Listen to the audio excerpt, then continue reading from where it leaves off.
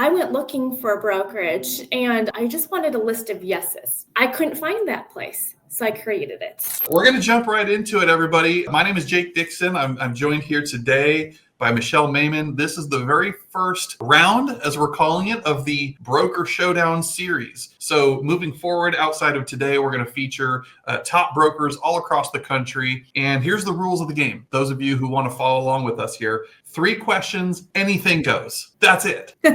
That's the only rule, other than bringing energy and depth and substance to our responses and questions to one another. What this is not, it's not a competition. It's not I'm going to ask a question to stump you. That's not this episode. That's not what this show is all about. But it's going to be fun. It's going to be inspiring. It's going to be full of wisdom and gold nuggets, I have no doubt. And today being no exception, as we're kicking off the very first Broker Showdown in our series. So, Michelle, give us a 30-second or less, just introduction. Who are you? Give us some idea of your background. Ready, set, go. Okay, well, I'm Michelle Maiman. I am the broker owner for Realty ONE Group Haven. We are placed in Northeast Wisconsin.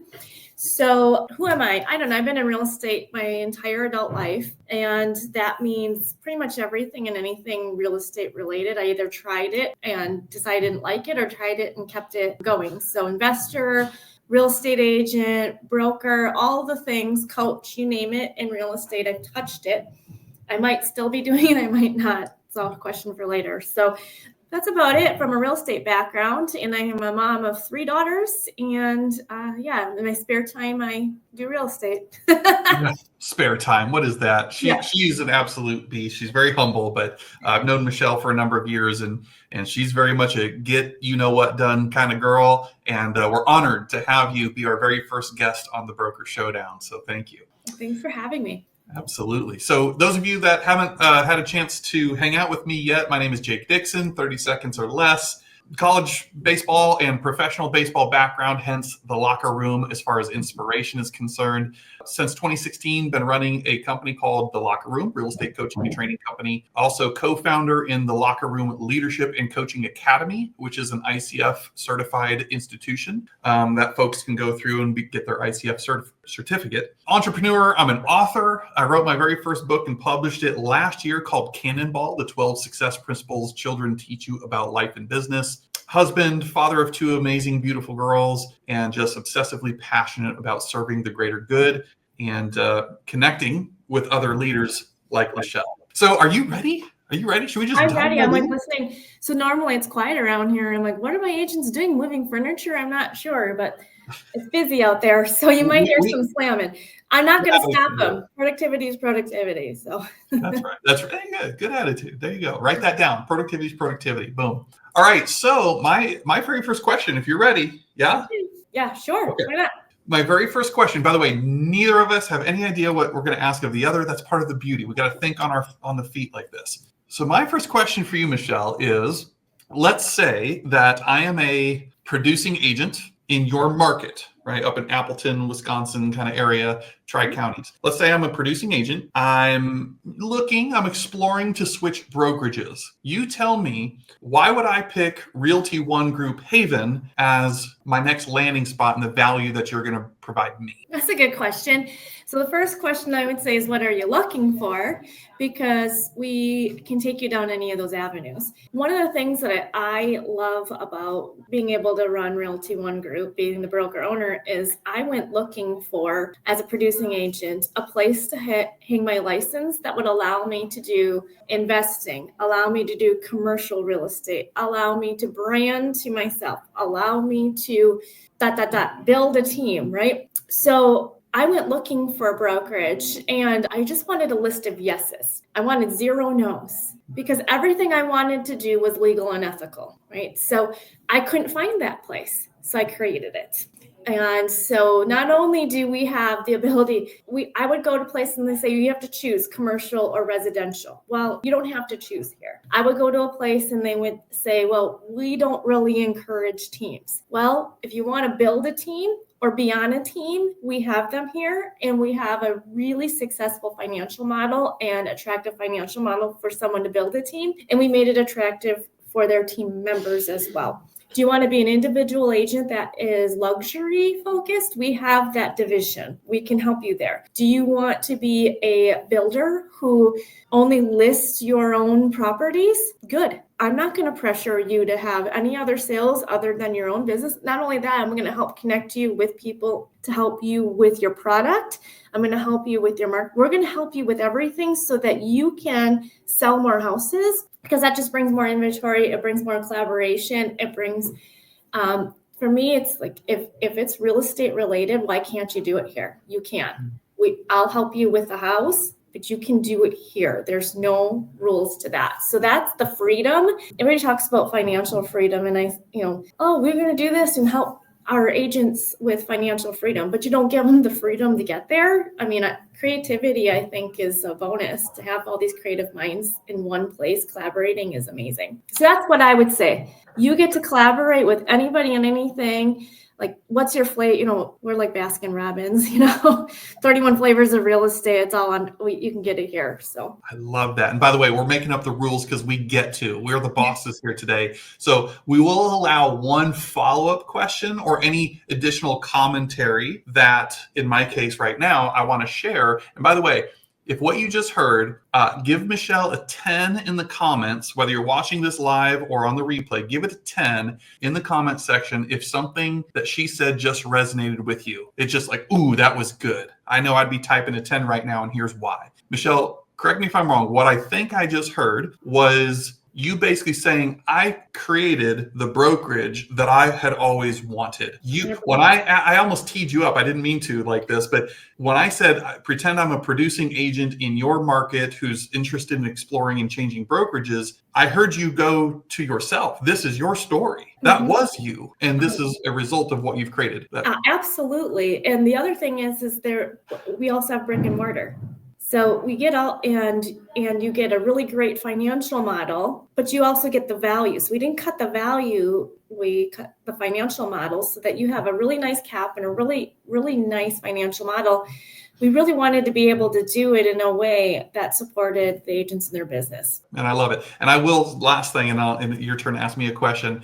But those of you that may not know this, Michelle and I were doing this partly because we just entered into a new exclusive agreement with one another, where we are now the exclusive partners of Realty ONE Group Haven, and couldn't be more proud and honored. And it was largely knowing Michelle over the years and the values and leadership that she represents, that when she opened that door and we kind of revisited doing this, I'm like, that's a no-brainer. We would love to enter into this exclusivity partnership with you.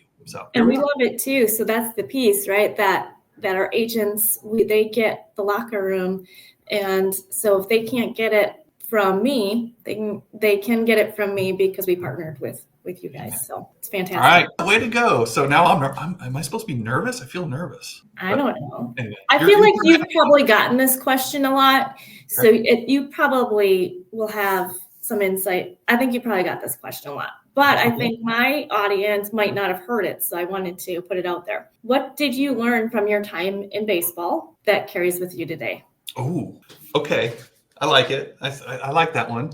I'm going to give a few answers, but I'll be succinct with my responses. Number one, that I carry with me today. Number one is mastering the fundamentals. Everything I'm going to answer is going to be wrapped up as a business success tip. Okay. Mastering the fundamentals. What do I mean? Well, I used to give baseball lessons to young kids, and I would explain to them that the same way I'm teaching you to hold that ball correctly or grip that bat correctly is literally the same thing those guys are doing on television that you're watching, earning millions of dollars every year. And I would explain to them that the fundamentals of the game don't change, but the game speeds up. So instead of throwing 55 miles an hour in Little League, now they're throwing 95 miles an hour in the Major League, saying, here, I dare you to hit it. But the lesson, the undercurrent of my point is, in real estate, the fundamentals, the blocking and tackling of this game don't change, but the game speeds up. So in other words, what it takes to close 12 homes per year is exactly what it takes to close 112 homes per year. The game does not change, it just speeds up. So master the fundamentals is one. Number two, discipline. I would absolutely say discipline in business and being an entrepreneur. When you're in business for yourself, you don't have a boss, right? You have got to get your behind out of bed because nobody's coming to save you. Nobody's telling you what you have to do today. It takes a certain level of discipline. I know you agree with that, Michelle. Yeah. Mm-hmm. A couple more quick ones because I just couldn't pick one. Okay. Something from baseball that I carried with me today is also embracing failure as part of the process, embracing failure as learning. In other words, it is a requirement to success. Think about this. This is why I tend to favor baseball specifically, not just because I played it, because it's a game of failure. It teaches us life. It is the only sport that I can think of that the defense is in control of the ball. Think about it. Every other sport that I can think of, the offense is the one who has the ball, but not in baseball. And that is why, ladies and gents, it is such a hard game because 3 out of 10 successful at-bats put you in the Hall of Fame. I can fail 7 out of 10 times and still make it to the Hall of Fame because it's a game of failure. Last one or two, consistency. I have to throw in consistency, but here's my last one. In the words of my college baseball coach, Dusty Rhodes, Hall of Fame, he said, have fun, stick together, and play like champions. Every game before we players took the field, he has us in a huddle. We put our hands in the huddle, and he said, boys, have fun, stick together, and go out and play like a champion. Every game. And I have since taken that and really gone deep on those 3 separate words of wisdom. In fact, I created a training out of it called that exact thing. Yeah, that's going to be my answer for now. Sorry, there were several pieces there, but that's a big one. And you know that strikes to my heart. Yes. Well, what I loved, all of it takes me to this, like back to the basics. It's the core of who you are. It's the core of your business. If you're trying to build a business that, I had a coach one time say to me, you can't build the Taj Mahal on a 6-inch slab. And so everything I'm hearing there is like having a really strong core foundation, who you are and how your business is built. And that sets you up for success or failure, right? Because you don't want your building to topple, when you get it up 10 stories high and have to start over again. Yes, and we're the ones that make this overly complicated. Real estate is not hard. Relationship building is not hard. We make it hard. Yeah, and then we go hide behind that complexity as justification for future failures. So we can point to our friends and our family and say, see, I told you this is hard. See, I told you that's why 87% fail, when it's really not that hard. It's really not hard. I will say this because I love your consistency. You said, have fun, stick together, play like champions. I've said over and over to the agents, it is not hard to pick up the phone and call people. No. It's just sometimes not fun. Right. Well, let's call it what it is. Yeah. It is not hard because if you want to call your best friend, you'll pick up the phone and call your best friend all day long. Yeah. But to call somebody and ask them for business, it's not hard. It's not hard. No. It's just every once in a while, they might tell you to F off or hang up the phone or whatever. Yeah. It's not fun to hear that, but you're going to survive it. Yeah. So it's just reframing, like, it's not hard. Hard is, like, for me, hard is running a marathon. I've never ran a mile in my life. So running a marathon would be hard because I didn't train for it. Running down the driveway is not hard. Right. It's just not hard. We're not digging ditches here, and we're certainly not putting rocket ships in outer space. I mean, we're just talking to people, creating relationships, and when they or somebody they know just happens to have an upcoming real estate need, we're the ones. And by the way, and we got to move here, but by the way, broker owners who are watching this, that goes for you too, right, Michelle? I mean, the same advice we're sitting here talking about agents and lead gen and just go talk to people. Well, listen to yourself, take your own advice, because that's what recruiting looks like as well, or agent attraction, whatever buzzword you want to give it. Absolutely. That's not hard either. No. Sometimes it's just not fun. And sometimes it's a lot of fun. It's the spectrum. Yeah. It's human relationships, right? It's just the spectrum of it all. Are you ready for yours? No, it's my turn. You have to ask me. Just kidding. My turn to ask you second question. Okay. I think I was just trying to bypass. Okay. No, you're not getting out of this one. And I will preface this. This is a little personal, but I think it's important to whatever degree you're willing to share, Michelle. If people following you don't know this, as somebody who has survived cancer, you've been through it. What life lessons have you gained by going through that experience? Or in other words, how has that made you stronger and who you are today? Oof, well, that one's a little heavier. Right. Well, there's 2 parts to that because I had cancer twice. So there were life lessons in both that I both times I was diagnosed. The first time I was diagnosed, I was 36. So I think like the owner of Blackstone was like a 32-year-old person is the dumbest person on earth, he said, because you think you know everything. Well, I was 36 and I thought I knew everything, right? So I think you're immortal. So that really reframed my lifestyle choices, the people I chose to surround myself with, because I was in survival mode, right? I will say, though, the first diagnosis, I learned how to compartmentalize and go into survival mode. There are blessings and there are things in that are not good. So I was able to put my head down and just push through pain. That's a good skill if you know when to use it and when to turn it off. If you don't know when to turn it off, it turns into PTSD, right? And you just stay in that space and you don't get in touch with who you are. So I had to balance that out a little bit. And it took a long time. I would say it took to my second diagnosis. Number 2 is when I really had to dive in and say, what didn't I learn the first time? Because something's showing up again. So I learned to be human. I learned to accept that I am not perfect and that it's unattainable, right? So I had this thing where I just constantly wanted to be perfect and do things perfectly and push and push and push. And after diagnosis number 2, I went, no, that's just not living. That's not. So balance came out of that. Understanding that there are people who are neither friend nor foe. So your tribe is your tribe, and don't try to fit people into your tribe, and people come and go, and that's okay. So there's some life lessons. It's actually good life lessons for real estate. Like buyers and sellers will come and go. You are going to live with you for your whole life. So make sure you're in integrity. Make sure you're taking care of your health. Make sure that you are prioritizing your family and yourself, because a buyer and seller are going to go. They're going to come and go. The question I often ask is, on my deathbed, is this going to matter? And if not, I don't stress about it. So those are some of the life lessons, and really just not stressing about little things like money. I'll say I used to have a lot of fear around money. And now it's like, well, I'll invest $30,000 in that, and hopefully it works, and we'll monitor it. And I think it's going to work. It's all calculated risk, but I don't worry if it doesn't work.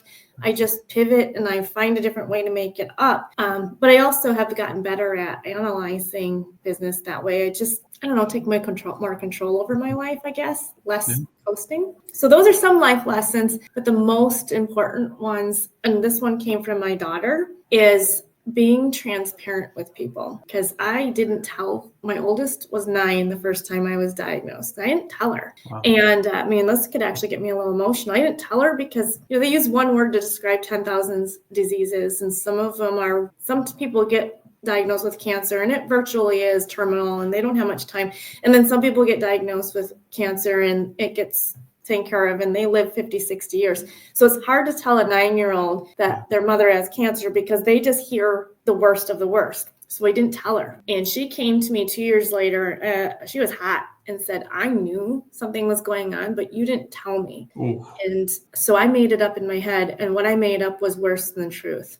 Oh my gosh. She said, and that really upset me because I was suffering and I couldn't talk to you about it because you were teaching me to keep secrets, which I did it all for the right reasons. And the second one was, and you didn't trust me. Oh, man. So I've learned, and actually that's carried on because the other day I was with my boyfriend and my daughter, my daughter who's now 7, my baby, said, Mom, I have neuropathy from all my surgeries. Mom, why do you have problems with your arm? And in that moment, I realized I never told her that Mom's a 2-time cancer survivor.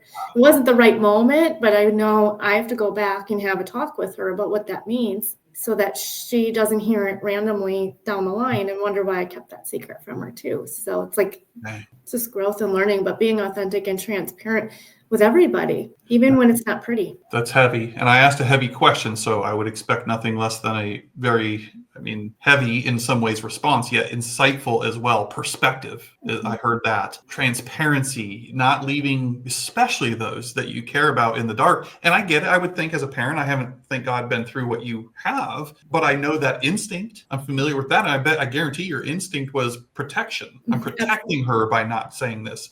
But in hindsight, you brought up some things like trust and teaching me to keep secrets, like, holy smokes. Well, and I'll transfer this over to being a broker owner as well, right? So where's this lesson transferring to being a broker owner? Sometimes it's ugly to own real estate brokerages, and it's sometimes ugly to be a real estate agent. The last couple of years has been really tough on our industry, between the lawsuits, between the transaction count going down over the last couple of years, and all the changes, AI, and trying to keep up with everything, and branding and marketing and leads. If you're buying leads, they're going down. So you have to get better at fishing for your own. And maybe you relied on those sources. It's gotten really tough. And as broker owners, sometimes we smile and act like, all of the media and branding and the social media, you're supposed to look like you got it all pulled together. Sometimes I just let them know, we're going through an ugly time, or this is going through an ugly time. And I get some pushback from people. Don't let them see that the brokerage is going through an ugly time or what. Well, if I hide the truth, if their business is struggling now, they don't have somebody to look at and say, I can get through it. Be courageous and say, listen, we're all going through a hard time in this industry. Hold on, because if you can make it through the hard times, man, when it turns, you're going to be in a really beautiful place. Yeah. Teaching them to hold on, not give up, not crawl under a hole. Yes, it's not going to be the prettiest market when we're dealing with these things. And when it is a prettier market, you're going to be ready, and we'll be here. And we need to persevere through tough times, not quit or pretend they don't exist. So I think that lesson carried over too. And, like it or not, I am me. So if it's a shit show, it's a shit show. I'm going to tell you. Hey, I like it or not, I love it. So for whatever that's worth, I think your perspective on so many things is very much appreciated. And again, why I love hanging and rolling with people like you, because you offer that unique perspective that I and many others don't have, and are able to take that, because I know you're a student of personal growth and development, and say, okay, what are the lessons? What are the principles? How is this, whatever this is, going to serve me and others in the future? And you have cracked the code. You have taken an unfortunate circumstance in your own personal life, become better and a better leader and a better business owner as a result of it. And I just think that's pretty neat. And it wasn't overnight. I went down and said, okay, I'm in a down place. I'm not going to just get busy and ignore what's happening here. You go down. Sometimes you need to go down with yourself and be okay, we're going down. We're going to feel all this nastiness. We're going to let what surface. We're going to deal with what surfaces so that I can move forward. Yeah. Sometimes the only way is through. And if you just try to bypass it, it shows up again in uglier ways in other places. So, yeah. Good. All right, your turn. Back at you. I got no other follow-ups, because I'll leave that one right there. That's good. Well, I have a question for you, because I do think this will benefit people out there. And I have a specific reason why I'm asking you this. If you could go back in time, what professional decisions did you make that you would now do differently? You brought some thunder today with you, Michelle. I should have known better than this. So you're saying what advice, basically what I give based on, or what would I do differently in the advice I would give somebody for that? What would you tell your younger self if if you go back to your younger self who's just getting in the professional world? A couple things then jump right out. I'm sure there's plenty more. Number one is, stick with what you know. Stick with what you know. Meaning, I paid a $250,000 mistake, and I'm not afraid to talk about it. Meaning, I didn't know anything about software development. However, about a handful of years or so ago, when we were in a very prosperous time of locker room and growth, and we were still trying to find our identity as a company and all these things, but the business was there and we were creating a lot of momentum. I felt compelled to take what we had, which was a glorified Excel spreadsheet tracking system where agents and people would report their numbers in, and we had all these fancy dashboards and things. Well, that wasn't sustainable as we kept growing. It was kind of like the necessary evil, or so I thought. And through that, I ended up investing 3 developers later. Till this day, nothing to show for it, because a couple of years ago, I finally pulled the plug on it. I made a $250,000 mistake, thinking that I, Jake, who knows nothing about creating a software, was going to invest in creating one. So we had a web-based version of our tracking system, not one through Google Sheets. And it wasn't a terrible idea. It was logically based. I don't just go do things without thinking them through. But my lesson in all of that is stick with what you know. I am not a technology company. I don't have any desire to go down that road because once you start, you're constantly throwing money at it. You got to update it. The competitive landscape, especially with AI now, we're not a tracking system company. We believe tracking numbers and coaching to numbers is a function of what we do. But at the end of the day, we're a coaching and training company. And just be okay with that versus me having to create and own my own type of a software. So I'm glad I pulled out when I did. That's number one. Number two, kind of in that same lane, keep things simple. Agents, broker owners, other coaches, whoever's watching this, keep it simple. I have this gift, like many of you, where my brain doesn't shut off. Okay. Creativity can be a blessing. However, if not controlled, creativity can also be a curse. And I have pivoted and adapted and said, ooh, here's a good idea. Let's put it into motion. And I've scrambled the eggs enough times. And now I realize simplicity scales, complexity fails. Simplicity scales, complexity fails. I need to stop jacking with the recipe. The recipe works. The locker, and I'm referencing locker room. What we have is freaking good. And the people we have with us are freaking good. So stop jacking with it. I don't need 16 different ways to do X and 24 variables to do Y. And I thought I did, but I'm back now to center. And I realize, although it's a gift, it can also be a curse. And I have to control my brain and shut that thing off. Or if I have an idea, maybe I can try it over here somewhere else versus messing with the mother goose, the golden egg kind of thing, right? Right, yeah. So that'd be my answer, I think, for now to your question. Don't you think that's an entrepreneur mind though? Because I think that's where you and I are the same. Yeah. I'm super creative. I have like 10 ideas in a day. Yes. I will never execute on them because I'm not a doer. Correct. I'm a visionary 100% of the time.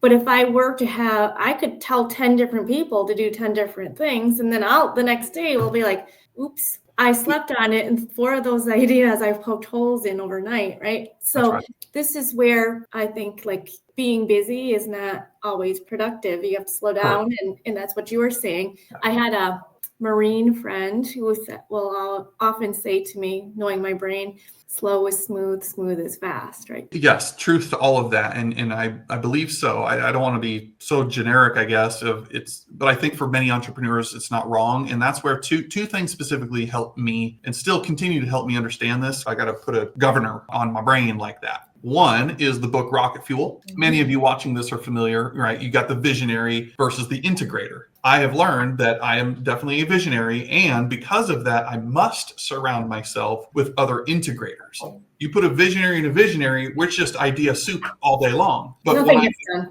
Yeah, taking a visionary coupled with integrators who can poke holes, ask the questions, get practical about it, that's a nice balance. And then the second thing was just whether you do DISC or 6 Working Geniuses or StrengthsFinder, my number one on StrengthsFinder is futuristic. So I need to be self-aware that it is in my DNA, coupled with being a high ID, that can be a recipe for idea disaster. And I can overheat the system if I just keep, change, idea, when the people around me are like, bro, stop, just stop. We haven't even implemented your last idea yet. So again, blessing, curse. And I think it takes that degree of emotional intelligence I've had to develop as a leader over the years to put that governor on it and control it a little bit. Yeah. So let's be honest. Are you the governor or someone governing your? Oh, Carissa's governor. I had to give her credit where credit was due. Yeah. Well, I try to be, but still things squeak out and get to Carissa or other team members' plates of mine, and they're like, yeah, no, that's. Yeah, absolutely. Rachel's my governor. So. Yeah. Rachel's. I'm just getting to know Rachel, and I can definitely see that. It's not bad. It's people may refer to as the black hat. No, it's not the black hat. It's not the negative. They're just practical. It's a healthy debate from within that needs to happen before any idea is just immediately executed on. Yeah. So. Otherwise, we'll just start projects all over the place, and they'll never get done because we'll discover halfway through half of them we probably should have not started. It's just the way it works. I totally am with you on that. And I think there's a lot of people in entrepreneurship, agents, brokers who are like us. Yeah. And so, that's why it's easy to sell something to our personality, because we hear the idea and we think it's great. And Right. then we pull the plug on a subscription without really taking a step back. So, yeah. By the way, if that's you, if you can relate to what we're talking about, you're an entrepreneurial, you struggle with vision, future, ideas, your brain never shuts off, type me in the comments. And I'd love to see who else is out there that can relate with what me and Michelle are talking about right now. And you brought up rocket fuel, and Yeah. then you also got traction, right? So this is right on my desk. That's a winner. This is the newest one that I've got because I stepped into yes, owner versus operator in the company. So yes. So get those books. We get no royalties, or at least I don't. Michelle might, but nope, I don't. Rocket Fuel, Traction, How to Be a Great Boss. They're just all great. It's Gino Wickman, right? Gino Wickman. Yep. Yeah, great. Any book by Gino Wickman, just go ahead and get it. Okay, number 3. Okay. 3 questions. Anything goes. I'm at number 3. Well, so your number 2 was kind of a heavy one. So are we saying that? Well, we'll see what we got here. Okay. I'm back into the leadership realm of things, okay? And I paid you a compliment earlier, and I'll repeat it here in the form of my question. Ever since I've known you, Tony Robbins events, you and I were at one together, right? So as a leader and somebody that I know firsthand invests a lot in their own personal growth and development, what is the best advice that somebody has ever given to you? And what makes you pick that, whatever your answer is, out of everything else that you could have said? Oof.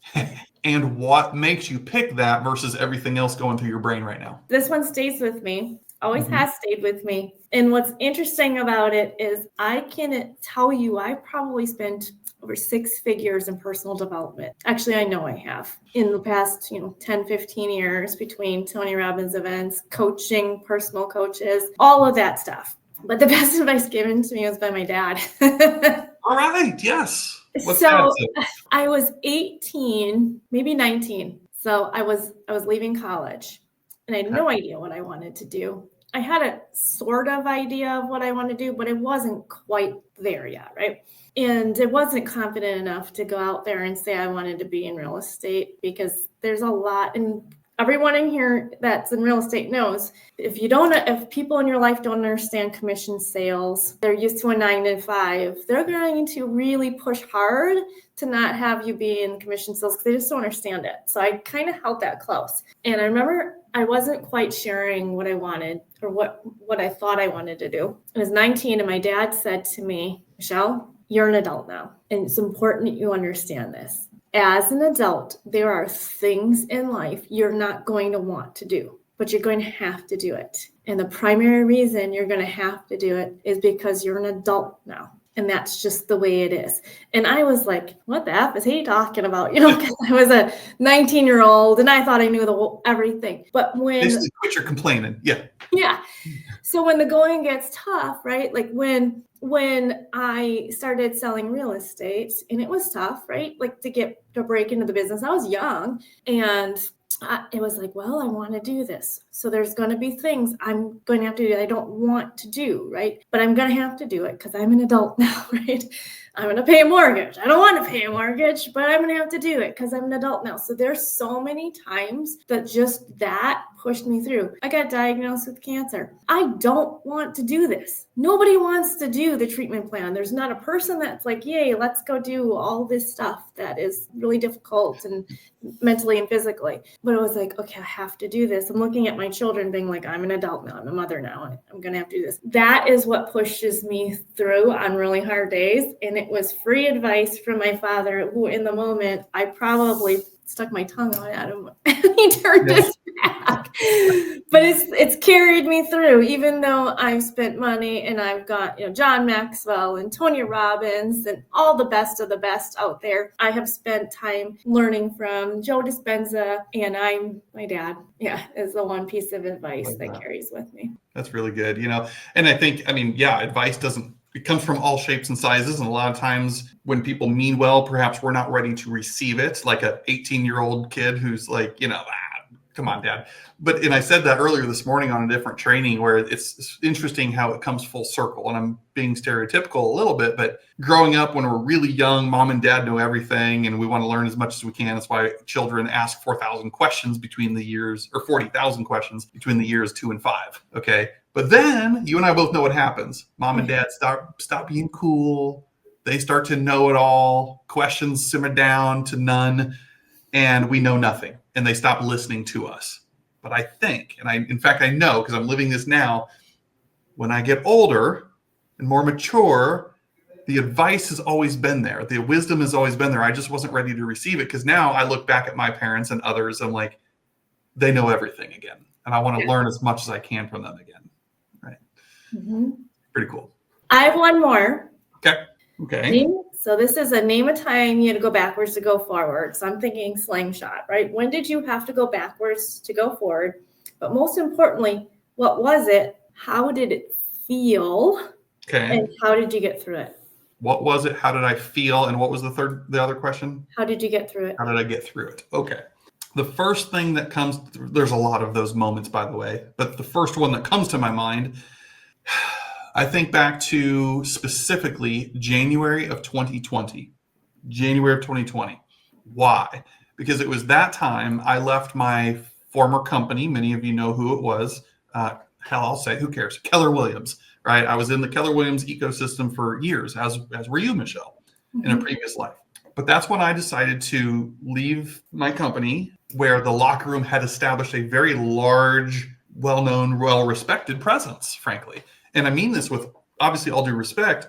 In the grand scheme of the real estate world, we were a big fish in a small pond. Now, granted, Keller Williams is huge, but when I say small pond, it's even though they're huge, they're just a speck out of the grand scheme of things, right? Of the multiple other options. Of course, yeah. All the agents, all the other brokerages. In fact, indies make up a grand, lion's share of them, 53%. But the point is, the word spread like wildfire. So even though it felt big at the time, actually it was very small because everybody talked to everybody in the network was pretty tight. And so that was good for our growth. But I knew that some things needed to change, but I was not willing to forfeit my mission and what we stood for. So although we changed environment, we were still very focused on the mission. And I remember during this period of time, I lost some friendships. How did it feel? It felt kind of poopy at some times. I lost some friendships. I lost a lot of business. That's the arrow. Forget friendships. I can make new friends. But where it also hurt, when you talk about pulling the arrow back, from a business perspective, I lost a lot of business. I stepped away from a lot of income because of that change. And we had to remain faithful and steady despite it all and not lose our identity along the way as a company. And I'm very proud that we haven't and will not, because I will defend that until the very end, right, wrong, or indifferent. So aside from the income loss, friendship losses, I was able, I guess maybe the futuristic thing came back. I was still able to see 3 to 5 years out. I said, even though there's going to be some turbulence here, we're going to be okay because the mission, the vision, the way we went about business is not going to change. So even though it stinks in the short term, 3, 5 years and beyond out, this is the right move for us to become brand agnostic and help any brand, any brokerage who seeks a partnership like we provide. And so I even recently went through this again. Actually, we allowed ourselves to create things kind of like I was insinuating earlier that inadvertently became too complex. You and I both know, Michelle, where we were trained that people, tools, and systems are all the forms of leverage. Yes. Right? It's supposed to be forms of leverage. But it's actually people, tools, and systems that became the bottleneck in some ways as well. That's my fault, nobody else's. So we've had to scale back for the right reasons in order to get simple again. Or as my friend, who knows if he'll watch this, Hank says a lot, to give him credit, he says that subtraction leads to multiplication. And I think that's wise counsel. When so many businesses just tend to add, and layer, it's not addition. It's actually subtracting that leads to multiplication, scalability, if you will, in business. And that, in a nutshell, I guess, is my entire answer of pulling the arrow back, many times, and yet the most notable time that I think has really defined who we are as a company dates back to January of 2020 for that reason. I remember that time. Yeah. And I have to say this, because you said you lost friendships. And I know that there's people who maybe switched brokerages and the agents left at their old brokerage, no longer communicate with them. I'm going to redefine that for a second. Okay. Because you can't lose friends. Right. Okay. You can lose coworkers. Yeah. You can lose people that you thought were your friends, but no, I get what you're saying. Yeah. There's work friends, quote unquote friends. That's not, those are, you never really lose your friends. It's just understanding who they are and who they are not. You know him as well, so I'm safe. And hello, if he's watching this, Ruben Garcia. Yeah. Ruben Garcia comes to mind. That dude and I have been through some ish together, good, bad, from exterior forces. But it never shook our relationship, our true friendship. It wasn't just a fair weather fan. Like, I've stood by him through his company moves and changes and all the things, and he has stood by me. And that, to me, I'll take 50 Ruben Garcias versus a bunch of frauds who really we were friends when I mattered to you, when I served your pocketbook or something. And am I bitter? Yeah, I like to play with a chip on my shoulder. But you're right. That's when true friends will reveal themselves. And you really don't need to have 50 Rubens. You just need 5, right? Yeah. Because they'll multiply. Because that's the same with people, right? People can multiply or divide in your organization, in your life, whether that's personal. That's a lesson I've learned recently. Personal, professional. People can divide really fast, not just, or they can multiply. So they don't just add and subtract. I love it. Michelle, this has been awesome. I mean, that's three questions. We did it. High five to you. If I was somebody who wanted to connect with you, follow up, deep dive on something you said, I didn't prepare you for this necessarily, but how should somebody contact you? Where should they follow and send you a friend request? Anything you want to share? Well, I'm on Facebook. Okay. So Michelle Maiman, you can find me on Facebook. You can find me on Instagram. I don't go there very often. I'm going to be real honest. I go to Facebook more. You can email me, michelle@roghaven.com. Okay. Or you can text me at 920-470-7605. If you call me, I won't answer. I didn't here. We're going to put that up on I won't blast your phone number per se, but there. Just for replay purposes, michelle@roghaven.com. Mm-hmm. Or obviously look her up. It sounds like more on Facebook than anything. Yep. And we're friends. So if anybody's friends with me, you can look for the mutual friends and find her that way too if she doesn't pop up for some reason. But I would encourage everybody to do it. We want to bring different voices, different faces, different experiences here on the Broker Showdown. Hang on. We got a request. Say, Michelle, text, please. LOL. Yeah. Shanna, I love you. Shanna's going to be on here. We're going to learn from some really amazing people. And I'm just honored and blessed, Michelle, that we just made history. You are the first one on the Broker Showdown. Well, it's always great to be with the one. You know what I mean? Yeah. You did there. Number one, here we are. So. Yeah. This is awesome. Thank you so much. Great first one in the books. Michelle, is there anything else you want to say before we close out? Any words of wisdom or just goodbye, hello, see you later? Well, I'm going to plug you. I have known you for, a decade. I don't know how long we've known each other. But I will say, if you are in the business and you're not familiar with the locker room, you should check it out. I did not pay her to say that. I really didn't. You did not. For sure. I'll take that message. I'll take that call any day. Thank you, Michelle. Yeah. And we're going to do some big things up there with y'all. So be ready. I'm excited. All right, guys. So we're going to end it here. Broker Showdown, round 1 in the books. Ding, ding, ding.